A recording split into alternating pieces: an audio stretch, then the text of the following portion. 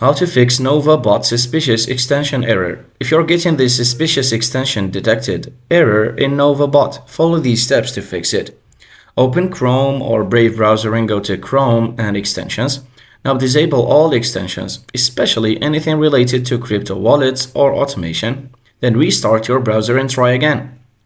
Step number 2, use a fresh browser profile. So create a new user profile in Chrome or Brave. Install only the necessary extensions like MetaMask. Then try running NovaBot again. You can check for malware or fake extensions, so run a malware scan using Windows Defender or Malwarebytes. Remove any suspicious software that may be interfering. Now you can uninstall NovaBot and clear cache and temporary files, then download the official version from the NovaBot website. Install it again and reconnect your wallet, and this should definitely work.